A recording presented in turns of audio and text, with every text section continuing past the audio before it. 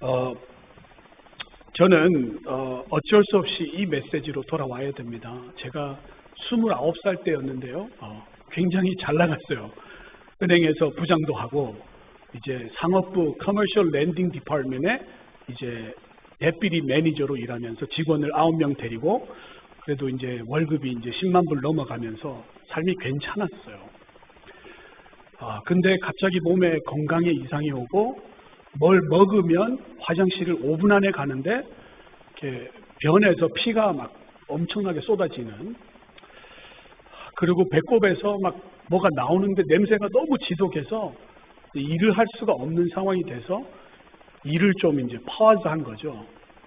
근데 병명이 없는데 계속 몸이 아픈 거예요. 의사를 여러 명을 찾아가고 그러는 과정에 이제 누워서 TV를 보는데 배꼽에서 이렇게 피가 나서 이렇게 카펫에 피가 흥겨져 있었습니다. 수술을 하러 갔는데 이제 개복 수술을 해야 된다. 그래서 개복을 수술한 거죠. 그래서 여성분들 이렇게 그 C-섹션, 저도 그 고통을 압니다. 그래서 비 올 때 굉장히 아프고 날씨가 흐리면 고통스럽고 그 경험을 했고요. 그러면서 좀 나아질 줄 알았는데 이제 은행도 관둬야 됐어요. 건강도 별로 좋지 않아요.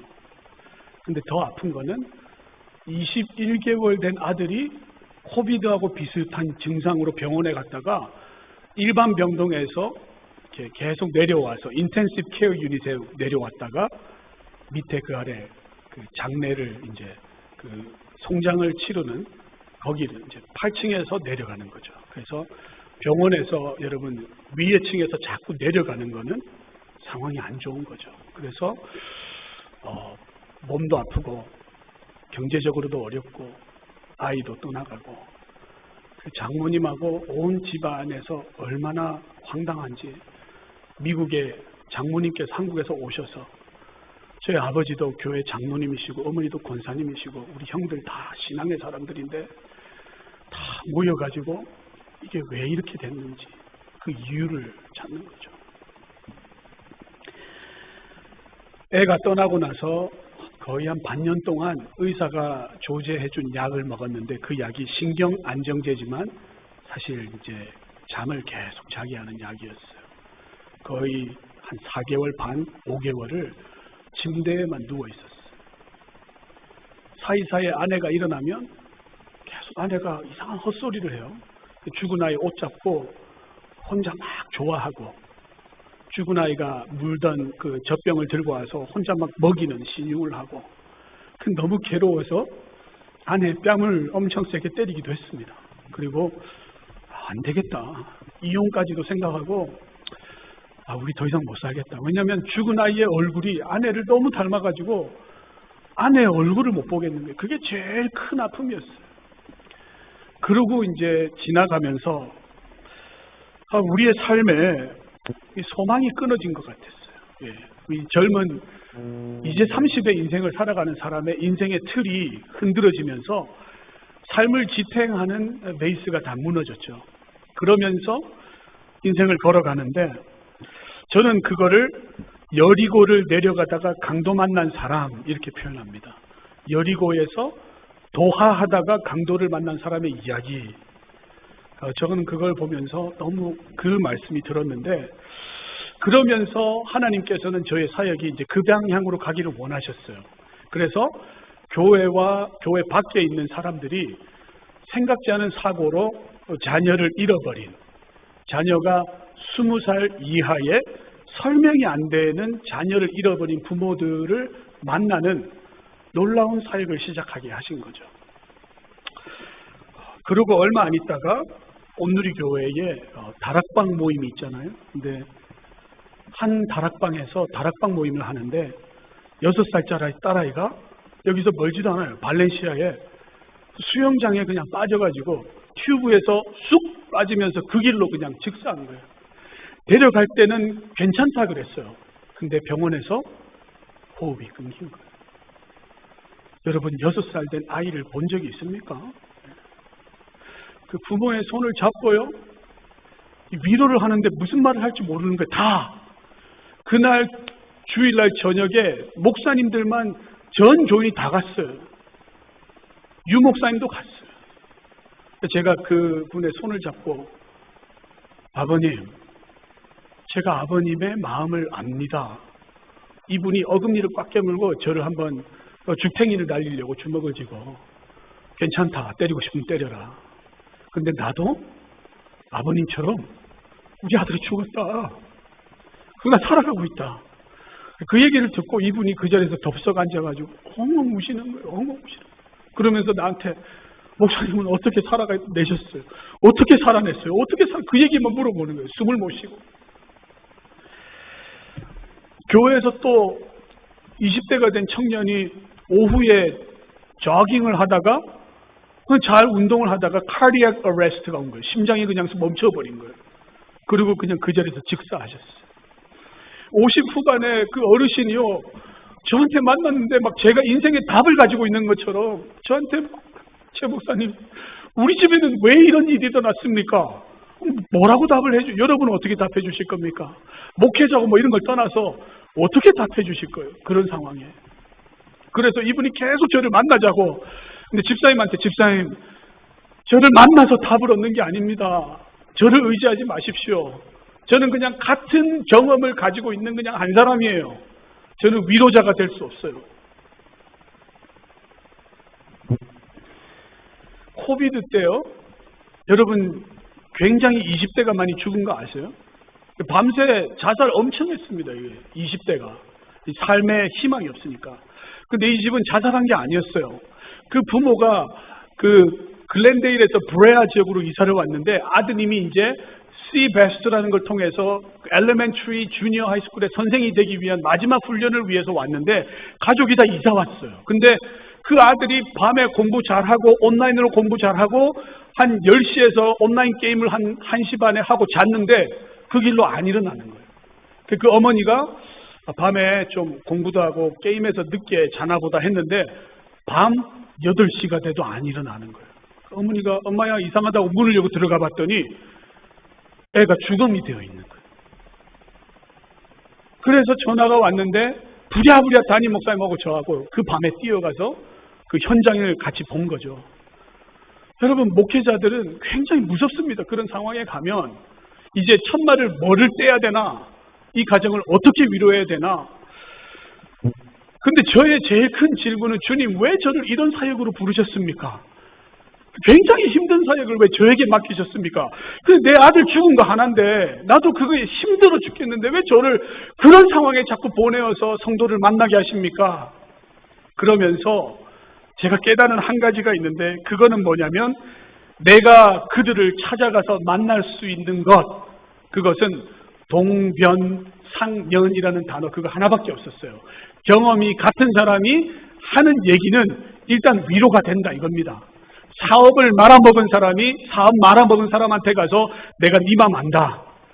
이혼을 경험하고 젊어서 그 어린아이들 키워야 되는 사람을 다른 이혼한 어머님이 만나서 손 한번 잡아주면 엄청난 위로가 있지만 제가 할 수 있는 거는 그거 이상도 그거 이하도 아닌 그냥 그 정도의 위로에서 그쳤다라는 겁니다. 저의 사역은 동변상련으로 끝날 것인가? 그러면서 다음 질문이 뭐냐? 그런 상황에 있는 사람들에게 답을 주면 그 사람들이 위로를 받을까? 저의 가정에서 저와 저의 아내와 저의 장모님과 저의 아버님과 모두가 다 고민한 게 뭐냐면 what if라는 단어였어요.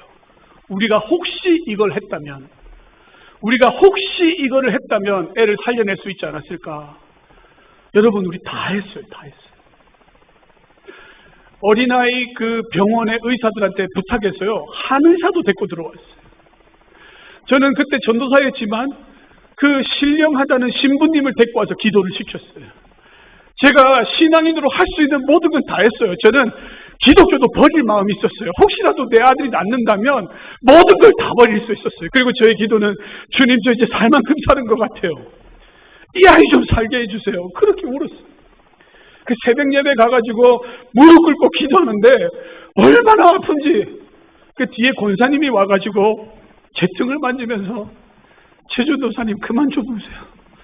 너무 아파 죽겠다고. 권사님 그러지 마세요. 저한테 멈추라 그러지 마세요.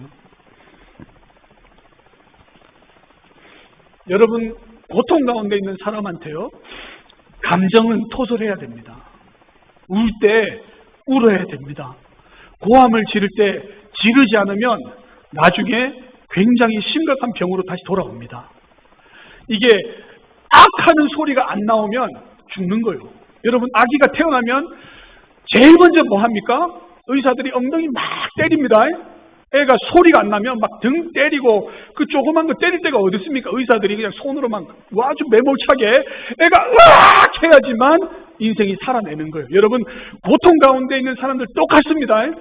고통 가운데 눈물이 나와야 되고, 고함이 나와야 되고, 토설함이 나와야 되고, 하나님 앞에서의 고백이 나와야 되는데, 그 뒤에서부터가 뭐냐 이겁니다. 이제부터.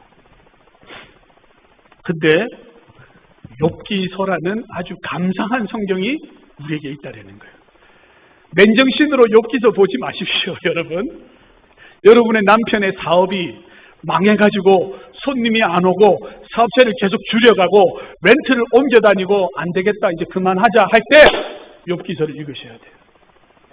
암 선고를 받고 의사가 할 것 다 했다, 더 이상 할 게 없다, 그런 상황에 욥기서를 읽으셔야 돼요. 좋은 책이네. 막 왜 이렇게 기냐 이게. 막 뭐 50배짜리 이거 뭐 별 얘기가 아닌 것 같은데 뭐 이렇게 대화가 기냐. 읽으시면 안 돼요, 여러분. 할렐루야. 네, 성경을 읽지 마라 목사가 나왔습니다. 예. 욥기서를 여러분이 준비가 안 된 데서 욥기서 읽으면 그냥 많은 글들이고 사람들의 고함 소리예요.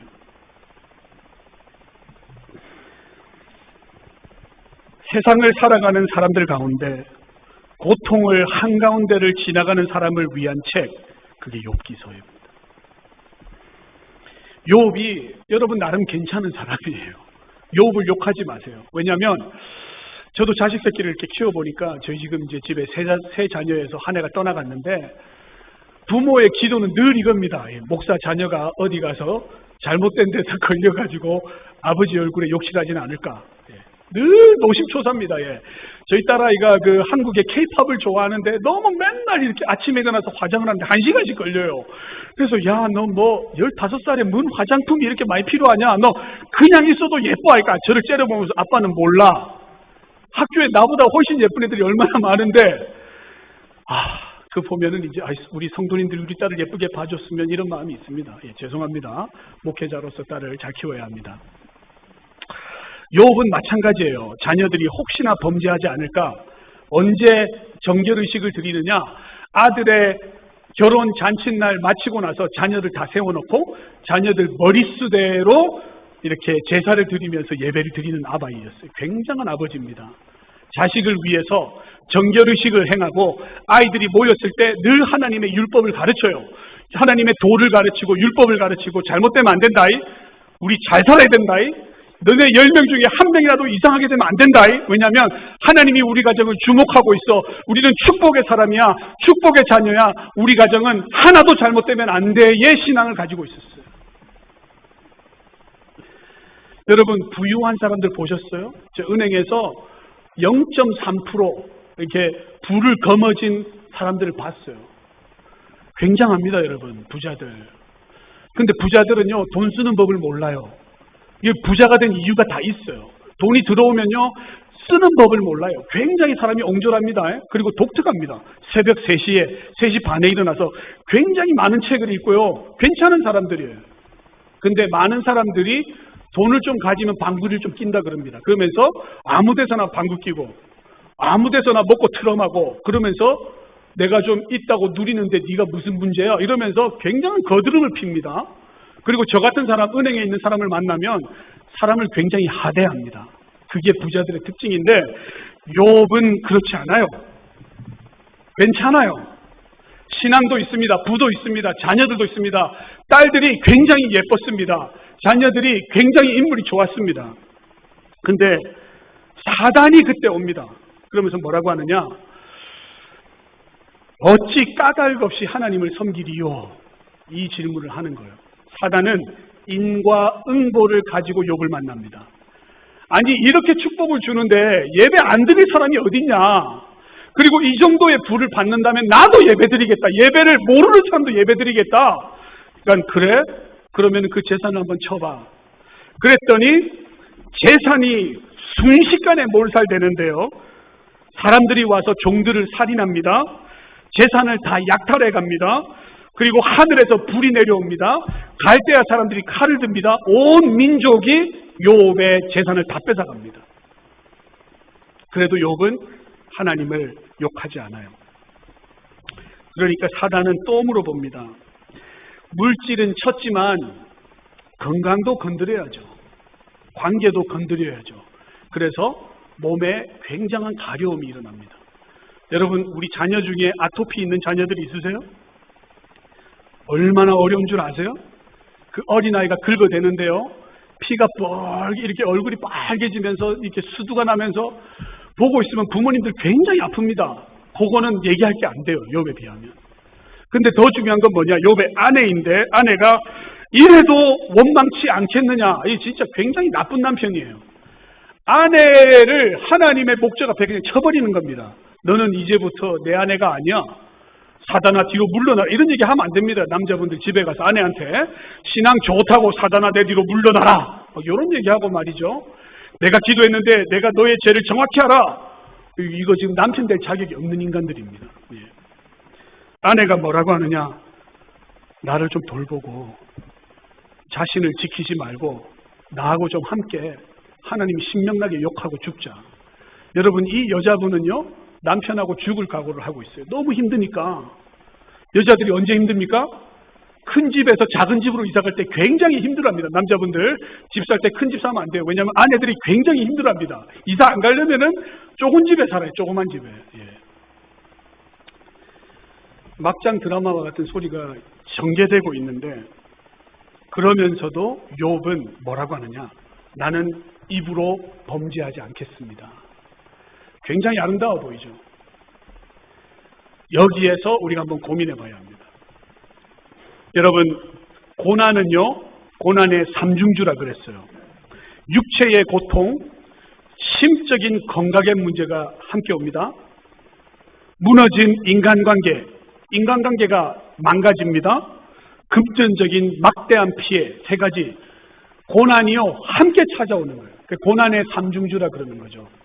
트리오, 바이올린, 비올라, 콘트라베이스 이런 것처럼 고난이 함께 오는데 이 고난 가운데 지금 이 욥기서가 얘기하고 있는 것은 뭐냐? 여러분, 우리의 신앙은 주고 받는 신앙이 아닙니다. 우리의 신앙은 돈 넣고 덧먹기가 아닙니다. 여러분의 신앙은 인베스트먼트로 좋은 스탁 아이템 하나 잡아놓고 박아놓으면 나중에 굉장한 이자로 돌아오는 것이 신앙이 아니다를 가르쳐주는 게 욥기서예요. 의로운 사람들이 있습니까? 하나님 앞에 축복을 받은 사람들이 있습니까? 그것이 하나님께 잘 보여서 받은 것이 아니다. 그걸 얘기하는 게 욥기서의 말씀입니다. 의로운 사람에게도 고난이 찾아오네요. 이거를 묵상하셔야 돼요. 자, 그러면서 이제 성경은 세 명의 친구를 등장시킵니다. 예, 세 명의 친구들. 여러분, 욥기서를 찾아보시는데요. 욥기서 2장 말씀 한번 가봅시다. 굉장한 말씀이에요. 성경에서 가장 좋은 말씀, 욥기서 2장 13절 말씀, 우리 같이 한번 찾아서 하이라이트를 좀 그어주시고, 여러분 볼펜을 가지고 옆에 있는 분의 성경에다가 줄을 그어주십시오. 야, 요거는 내가 좀 외워야 된다. 그래서 욥기서 2장 13절 함께 읽습니다. 시작.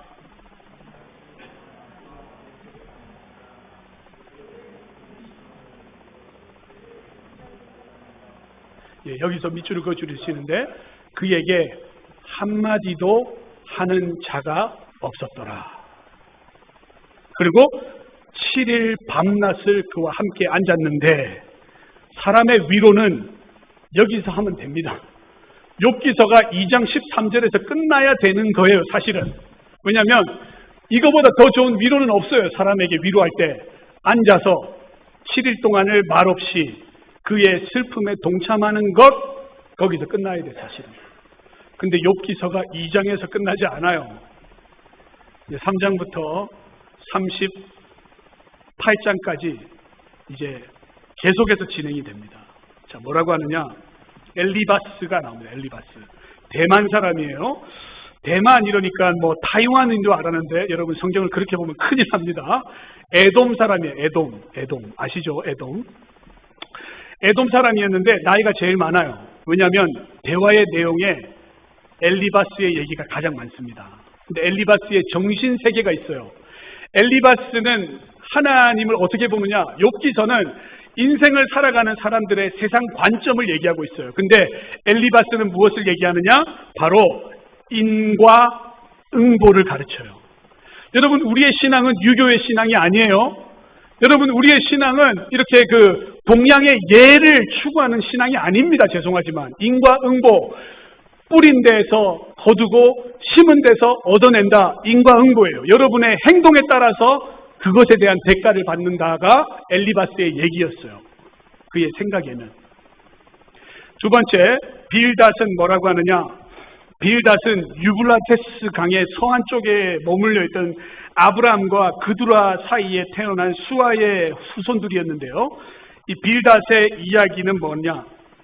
너의 죽은 자녀가 재산이나 뭐 건강이나 아내는 중요하지 않아요. 내가 보니까 자식 새끼 죽은 게 제일 아프다. 그러면서 너의 자식들이 죽은 이유가 있어. 그 이유는 뭐냐? 너가 은밀한 죄가 있어. 너 옆으로 딴 여자 만나고 다녔지. 너 헌금할 때 띄어 먹었지. 너 내가 보니까 기도할 때 보니까 기도 안 하더라. 흘기는 눈이에요, 여러분. 신앙생활을 하는데 계속 사람을 계속 이렇게 떠보는 거. 근데 잘 보세요. 빌닷의 마음에는 뭐가 있느냐? 사람을 사람으로 안 봐요. 너 뒤에 뭐가 숨겨져 있다. 하나님은 의로운 자를 치지 않는다라는 생각이 있어요, 여러분. 그리고 마지막 세 번째, 소발은 뭐냐? 굉장한 전통주의 교리자인데 그는 뭐라고 하느냐? 너 영적인 교만을 회개하고 또 너 참 교만하다. 하나님 앞에서 네가 어떻게 의롭다함을 얻을 수 있느냐? 조용히 해라. 그러면서 세 명 다 지금 계속해서 얘기하는 게 뭐냐? 너 아직 정신 못 차렸구나. 고통을 지나가고 있는 사람에게 변론하고 아이디어를 던지는 거 굉장히 좋지 않은 행동이죠. 근데 마지막에 엘리후가 나옵니다. 엘리후는 나이가 젊은 사람인데 이스라엘의 선생들은요, 나이가 중요하지 않아요. 진리를 가르치고 가르치는 사람에게는 나이를 떠나서 이렇게 우수한 사람에게 고개를 숙이는 거예요. 제가 나이 48이지만 미국에 있는 135개의 교회를 찾아가면 목사님들이 다 저보다 나이가 많아요. 하지만 상관없습니다. 저는 저의 부르심을 따라서 저의 가르침을 펼쳐야 돼요. 그래서 교단에 들어오는 목사님을 제가 가르치면, 목사님, 비록 목사님 57이지만 할렐루야, 제 말 들으셔야 돼요. 그러면 목사님이 고개를 숙입니다. 아유, 맞지요.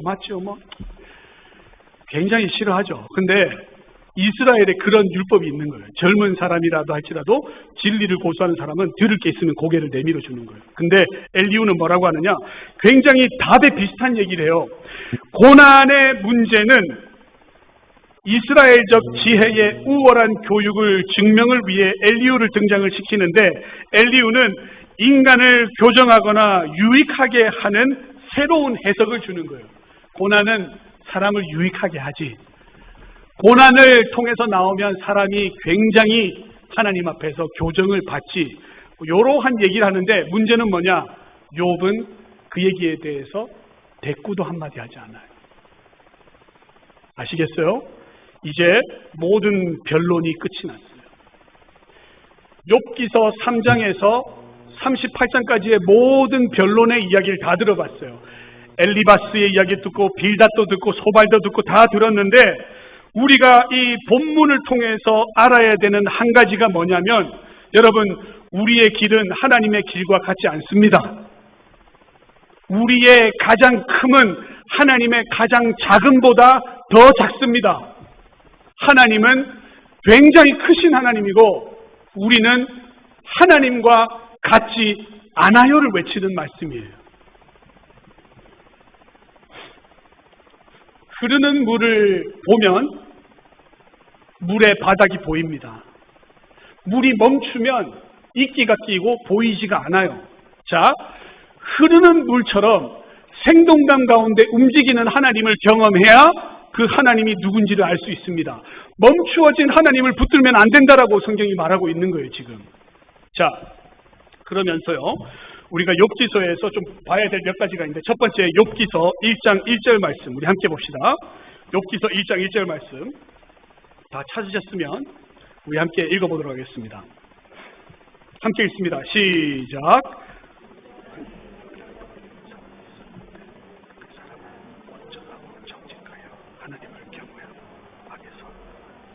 자, 밑줄 한번 그어주시는데, 욥이 어떤 사람이라고요? 온전하고 정직하며 하나님을 경외하고 악에서 떠난 자다. 이거를 한국말로 의로운 자라는 뜻입니다. 의로운 자. 굉장한 문제가 있네요. 성경은 시작부터 욥을 아예 덮어놓고 의롭다라고 얘기합니다. 신약 성경에 오니까 한 사람이 주님께 왔어요. 선한 선생님이요, 선한 선생님이요 하니까 주님이 그 사람을 붙들고 얘기합니다. 야야, 잠깐만, 일로 와봐라. 선한 선생이 누구냐? 선한 선생은 유일한 누구? 하나님밖에 없다 임마. 근데 왜 너 날 보고 자꾸 선하다고 하냐? 나 선하지 않아. 하나님만이 유일한 선한 분이야. 여러분, 욥기서에 그는 의롭고 그는 온전하고 정직하고 경외하고 떠난 자다. 사람을 덮어놓고 의롭다 하니까 욥에게는 이 굉장한 지금 의인의 무게가 있는 거예요. 무게가. 그러면 바로 어떻게 됩니까? 욥은 이상하다. 하나님이 계산이 틀릴 리가 없는데, 하나님이 이런 실수를 할 리가 없는데 내 고난이 왜 생겼지? 의로운 사람한테 하나님이 이렇게 홀대하면 안 되지. 난 아닌데? 계속 질문이 생기는 거예요. 근데 친구들은 계속 얘기하죠. 인과응보를 얘기합니다. 너가 죄값을 덜 받았다 얘기합니다. 계속 장황하게 얘기를 하는데 욥도 동조를 하고 있는 걸 보게 됩니다. 왜냐? 함께 욥기서 7장 19절 20절 말씀 함께 봅시다. 욥기서 7장 19절 20절 말씀 함께 읽습니다. 욥기서 7장 19절 20절 시작. 주께서 내게서 눈을 돌이키지 아니하시며 내가 참을 좀 삼킬 동안에도 나를 놓아놓지 아니하시기를 어느 때까지 하시리까? 사람을 감찰하시는 이여, 내가 범죄하였듯 주께 무슨 해가 되오리이까? 어찌하여 나를 당신의 관역으로 삼으셔서 내게 무거운 짐을 되게 하셨나이까? 뭐라고 합니까? 하나님, 내가 이렇게 침을 삼키는 이 순간도 나를 안 놔놓으시니, 욥이 지금 굉장히 화가 나 있습니다. 하나님, 침 좀 삼킵시다. 침 좀. 침 삼키는데 0.327초 걸리는데 그 순간도 나를 안 놔놓으십니까? 그리고 더 충격적인 건 뭐예요?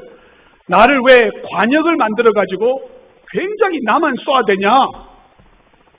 나만 힘들게 하냐? 여러분, 기도할 때 이런 기도를 해야죠. 주님, 침 한번 삼키는데 왜 나를 가만히 안 두세요?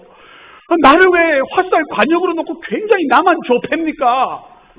왜 제 이마에 까니만 똑 가지고 계속 그럽니까? 굉장히 왜 나만 좁힙니까? 기분 나쁘게. 그러면서 하나님께 계급장을 떼자 이겁니다, 지금.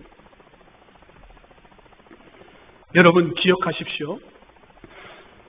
참 잘 살아가는 그리스도인에게도 고난이 찾아옵니다.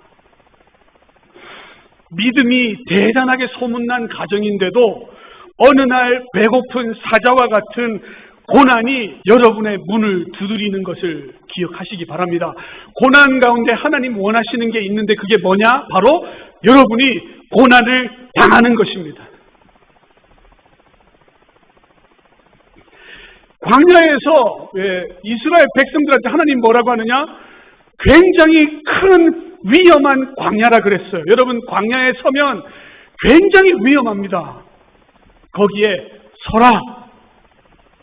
40년간 서는 거예요. 믿음의 사람들이 고난을 지나갈 때 어떻게 해야 합니까? 답을 너무 찾으려고 하지 마세요. 그때는 이것 또한 지나가리라의 지혜로 하나님 붙들고 걸어가는 거예요. 한국 교회가요, 굉장한 부흥기를 지나왔습니다. 4명 중에 1명이 기독교인인데요. 십자가만 달아 놓으면 교인들이 막 몰고 들어오는, 벌떼와 같이 오는 때가 있었어요. 그때 중심에 뭐가 있었느냐? 불신 지옥, 예수 천당이에요. 불신, 믿지 않으면 지옥 갑니다. 예수 천당, 예수 이름 부르면 천국 갑니다. 여러분 8글자의 기독교를 다 넣어놨어요. 굉장한 문제입니다. 사람들에게 치욕감을 주고 모욕감을 주고 두려움을 줘가지고 기독교로 인도하는 신앙은 거기에서 어떠한 선한 역사가 일어나기 힘들다라는 거예요. 여러분 종교개혁이 일어날 때 틴즐이라고 하는 사람이 베드로 교회에 성당에 교회를 짓기 위해서 헌금을 거둬들이는데 어떻게 하느냐? 집에서 양초로 자기의 손을 다 끌고 와요, 이렇게. 그리고 불을 조금만 갖다 대면 양초가 녹으면서 이게 그냥 다 오그라지는 거예요. 오징어 오그라듯이. 그리고 손을 들고, 여러분 지옥 가면 이렇게 됩니다. 그리고 너그 음아야 아바이를 지금 다 지옥에서 이루고 있다. 영원토록 너그 할머니 언제 죽은 200년 전에 200년 동안 이러고 있다, 이러고 설교했어요, 여러분. 그러니까 사람들이 두려워가지고 헌금 막 합니다. 로마의 성 베드로 성당 지금 서 있는 게 그렇게 만든 성당이에요, 여러분. 로마에 가면 한번 보십시오. 기가 찹니다. 야, 이 큰일 났다 이거. 우리가 성경에서 배운 게 뭡니까? 죄인이면 구원받지 않아서 지옥 간다. 예수님 믿으면 천국 간다. 그래서 예수를 믿는 게 중요하게 여겨져 있어요. 맞아요. 근데 구원을 얻으면 어떻게 됩니까? 새 사람이 되면 어떻게 됩니까? 세상이 바뀌지 않아요. 이런 죄악의 세상 가운데 우리가 그대로 다시 가서 살아내야 되는 살아내는 삶이 아직 남아 있어요. 근데 단순간에 모든 것을 이루었다고 생각하시는 분들이 있어요. 아닙니다. 보험증서 사는 거 아니에요. 주님은 절대 우리에게 그런 걸 가르치지 않으셨어요. 여러분 USC의 달러스 윌러드라고 하는 교수가 있어요. 철학 교수인데 50년간 굉장히 역사를 많이 했고 또 LA가 나온 최고의 그러한 신학가인데 그가 뭐라고 얘기하느냐? 잊혀진 제자도라는 책이 있어요. 잊혀진 제자도, Great Omission. 거기서 뭐라고 얘기하느냐? 예수님, 회개와 용서를 위해 저는 당신의 피가 조금 필요합니다. 하지만 나는 당신의 제자가 되거나 성품을 담기 위해 전적으로 뛰어들 마음은 없습니다. 발만 조금만 담그고 있겠습니다. 그러면서 흡혈귀 그리스도인 이런 단어를 붙였어요. 뱀파이어 크리스찬. 이 책을 읽다가요 굉장히 화가 나는 거예요. 내가 뱀파이어냐? 예수님의 피 한 번만 쪽 빨아먹고 끝나는 신앙이면 내가 지금 무슨 짓을 하고 있냐 이거 지금. 이게 다 미친 짓이다 이거.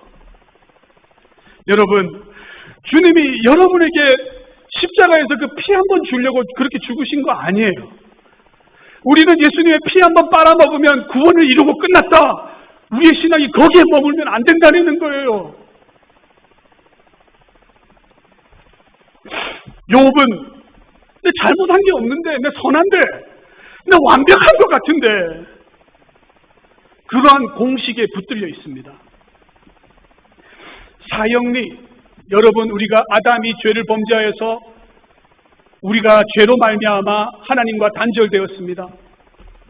우리가 죄를 고백하면 예수 그리스도가 우리의 다리가 됩니다. 우리는 다리를 지나서 하나님을 만나게 됩니다. 그리고 바로 천국을 보여주면서 여러분은 천국에서의 삶이 시작됩니다. 사형리의 간단한 수학 공식으로 기독교가 읽어지면 굉장한 문제입니다. 흑백 논리, 하나님을 믿으면 선합니다. 하나님 안 믿으면 다 죄인이고 지옥 갑니다.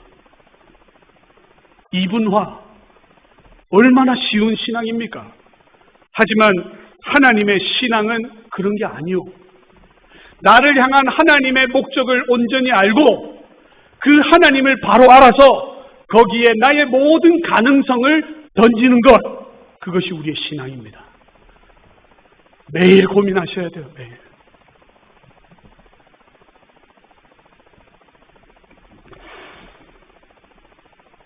예수 믿고 천국 가자, 현실에 복받고 안주하자, 믿음 좋은 집사 되어서 성도들에게 사랑받자, 좋은 집에 이사가서 화장실 3개 있는 집으로 꼭 가자, 그거 안 됩니다. 저하고 허진필 목사님 마지막 죽을 때까지 저 함께 있었어요. 허 목사님 저하고 룸메이트였어요. 허 목사님은 다락방에서 분위기 좋은 거를 굉장히 싫어했어요. 뭐 성도들이 모여서 밥 맛있게 먹고 웃고 즐기고 자녀들 잘 키우고 자녀를 위한 축복의 기도하고 끝나는 거에서 끝나면 우리 이거 다락방 이거 다 헛질이다 그랬어요. 그리고 잘 되는 데 가서 폭파시킨다고 맨날. 좀 목사님 제발 폭파 얘기 좀 그만하라고 좀. 맨날 폭파. 근데 진짜 가니까요, 막 그냥 혀를 물면서 막 그냥 막 침을 튀기면서 막 그 장로들한테 막 호함을 지르다가요, 막 뭐가 막 날라가고 막, 목사님 이러다 사람 치겠다고. 내 마음이 그렇다고 지금. 그러니까 이것들은 다 무너진다. 왜냐니까 10년 동안 이 사람이 똑같이 만나가지고 똑같은 짓 하고 있다고. 한 사람도 안 데리고 왔다고 이것들이. 그러면서 목사님 좀 기다려 봅시다 좀. 그럼 좋은 것도 있고. 근데 목사님은 시간이 없었던 거예요. 그걸 그때 알았어요. 제가 그때 배운 게 뭐냐면, 목사님 마음에 뭐가 있구나, 저 빛이. 근데 그건 뭐냐면, 우리 다락방의 목적이 그게 되면은 여러분 다 꽝이다, 다 꽝. 화장실 3개 있는 집에 가면 여러분 똥 5번 넣습니까? 예. 그냥 화장실 하나 있어도 돼요. 근데 자꾸 비교하는 거예요. 한인들이요, 너무 잘 살아요, 여러분. 주말에 제가 이렇게 저희 주위에 있는 큰 교회를 가면은, 큰 교회 갔는데 문제가 뭐냐면 한인들이요, 차들이 얼마나 좋은지 여기에 고급 럭셔리 유럽카 보려면 거기 가면 다 모여 있어요. 죄송합니다, 여러분. 좋은 차 타시는 분들 제가 이런 얘기 하려고 한 게 아닙니다. 네. 자, 좀 다시 돌아와서 이제 하나님이 욥을 위로하는 방법을 봐야 합니다. 자, 우리 함께 욥기서 우리 좀 뒤로 가서 이제 우리 한 38장부터 한번 보도록 하겠습니다. 욥의 37장을 자세히 보면은요, 창세기의 2번째의 카멘터리가 됩니다. 예, 놀라운 이야기죠. 창세기의 2번째 이야기가 진행이 되는데 뭐라고 하느냐? 전능한 하나님과 다투는 욥아, 너가 나를 꾸짖을 셈이냐? 이 질문하세요. 욥아, 네가 하나님이냐? 너 상투 잡겠다? 이렇게 얘기하시는 거죠. 굉장히 위트 있으신 하나님이시죠. 그러면서 땅에 기초를 놓을 때 너 어디 있었어? 제 아들이 죽고 5개월 될 때 하나님이 환상을 보여주시는데 그 환상에서 빛 가운데 제 자녀가 장성한 성인이 돼서 걸어오는 거예요. 그리고 저를 끌어왔는데 저 아들 품에서 굉장히 울었어요. 근데 바로 커튼이 열려지는데 우주에 코너를 4개를 놓으시는 하나님이 저에게 나타나신 거예요. 저는 그때 굉장히 놀랐어요. 근데 설명이 안 돼요. 그림을 아무리 그리려고 해도 그게 어떤 건지 기억이 안 나요. 여러분, 도량법을 하나님이 줬다고 적어놨어요. 줄자 집에 여러분 있는 거 그거 하나님 거예요. 여러분, 여기에서 여기까지가 규빗이라 그래요. 규빗. 그리고 발에서 발까지가 풋. 이 성경이 쓰는 거가 뭐냐면 사람의 통념적인 길이를 얘기하는 거죠. 그거를 내가 너한테 줬지라고 얘기하는 거예요. 계산법. 바다가 모태에서 터져 나올 때 너 거기 있었느냐? 창세기 보세요, 여러분. 바닷물이 나올 때 땅에 물이 터져 나와서 바다를 이루었다고 얘기하고 있어요. 이게 지금 다시 한번 설명해 주는 거예요. 내가 아침을 명령하고 새벽을 그 자리에 일러주었을 때 너 있었느냐? 새벽과 밤의 경계선을 내가 세웠지. 바다의 물의 깊은 곳을 네가 걸어봤냐? 여러분, 굉장히 놀라운 사실이 있는데 태평양의 가장 깊은 바다의 길이가 얼만큼이 되느냐? 히말라야하고 똑같아요. 놀랍지 않습니까? 지구의 가장 높은 산의 높이랑 바다의 가장 깊은 곳이 거의 대칭이 되고 있어요. 어둠과 빛의 경계선을 네가 봤냐? 나가거든 그림자하고 햇빛의 그 경계선에 한번 서가지고 가만히 묵상해 보세요. 거기에 하나님의 말씀이 계신 거예요. 두레와 번개에 번쩍하여서 오는 길을 네가 봤냐? 여러분, 번개가 번쩍하면 번개는 치지만 소리는 3초 뒤에 따라와요.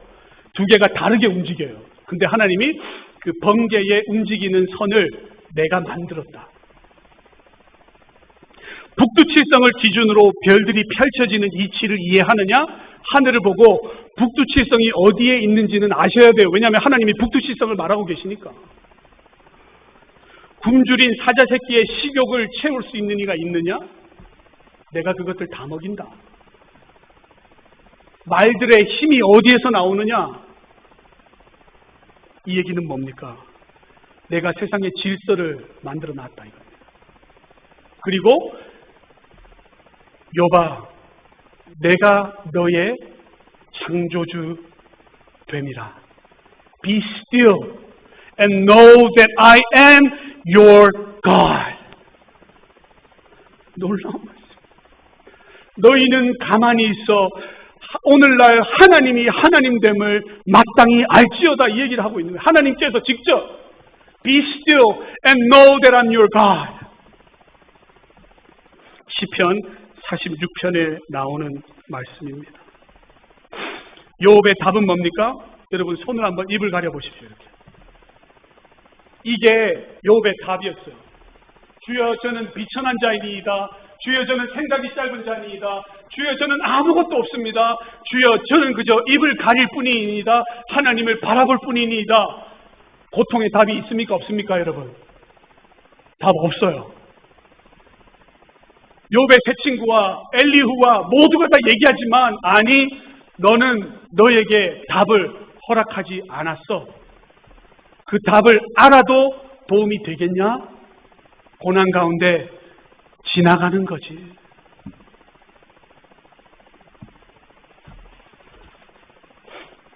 자, 이제 마지막으로 여러분 우리 함께 성경에 우리 말씀에 42절 말씀 보겠습니다. 욥기 42장 5절 말씀 우리 함께 읽습니다. 시작.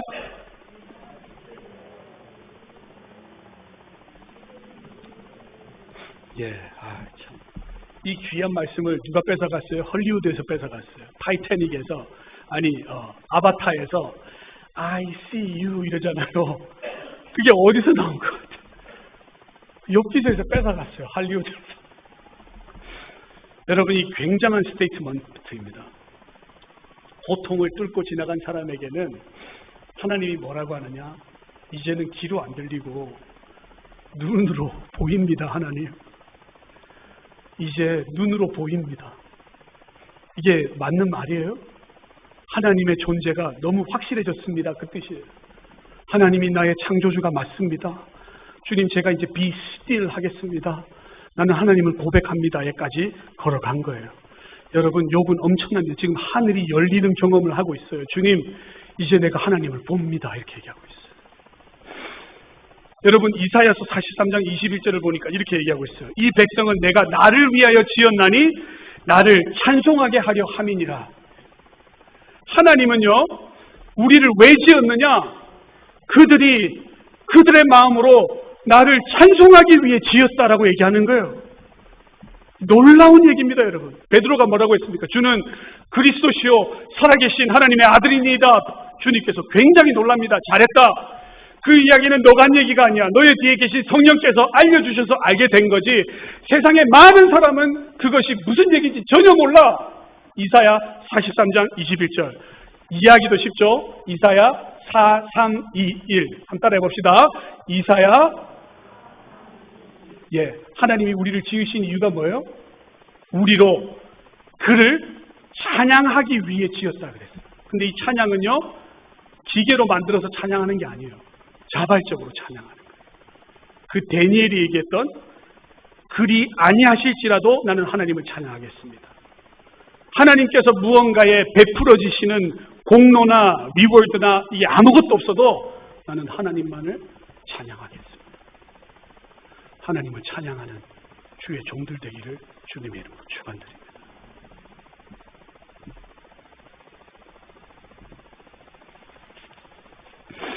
두 번째, 여러분, 우리는 더 숭고한 하나님의 뜻을 따라가야 합니다.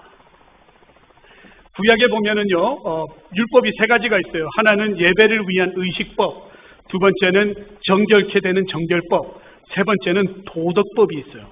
근데 예수 그리스도의 오심으로 말미암아 의식법이나 정결법이 없어졌어요. 근데 도덕법은 남아 있어요. 그래서 십계명을 자세히 보면 십계명이 두 스톤 태블릿으로 되어 있어요. 한 스톤 태블릿은 하나님을 사랑하는 내면의 법 1번에서 5번, 그리고 6번에서 10번은 이웃을 사랑하는 법, 그래서 눈에 보여요. 그래서 외면의 법. 그래서 예수 그리스도께서 이 두 개를 뭐라고 하느냐? 하나님을 사랑하고 이웃을 사랑하라. 이것이 율법의 전부다 그랬어요. 근데 십계명을 보면은 이게 도덕법이 도덕법. 근데 여러분, 도덕법을 지킨다고 해서 리워드가 있는 게 아니에요. 선하게 살고 도덕적으로 살고 모럴리 살고 온전히 산다고 해서 우리가 더 좋은 사람이 되는 게 아니다라고 성경이 말하고 있어요. 그러면서 주님은 네 이웃을 사랑하는 거 안 믿는 사람들도 다 해.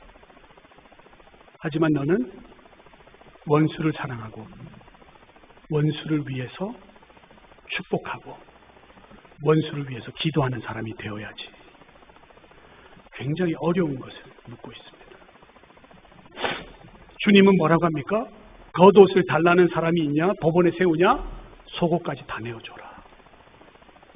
오른뺨을 때려서 너를 굉장히 치욕감을 주냐?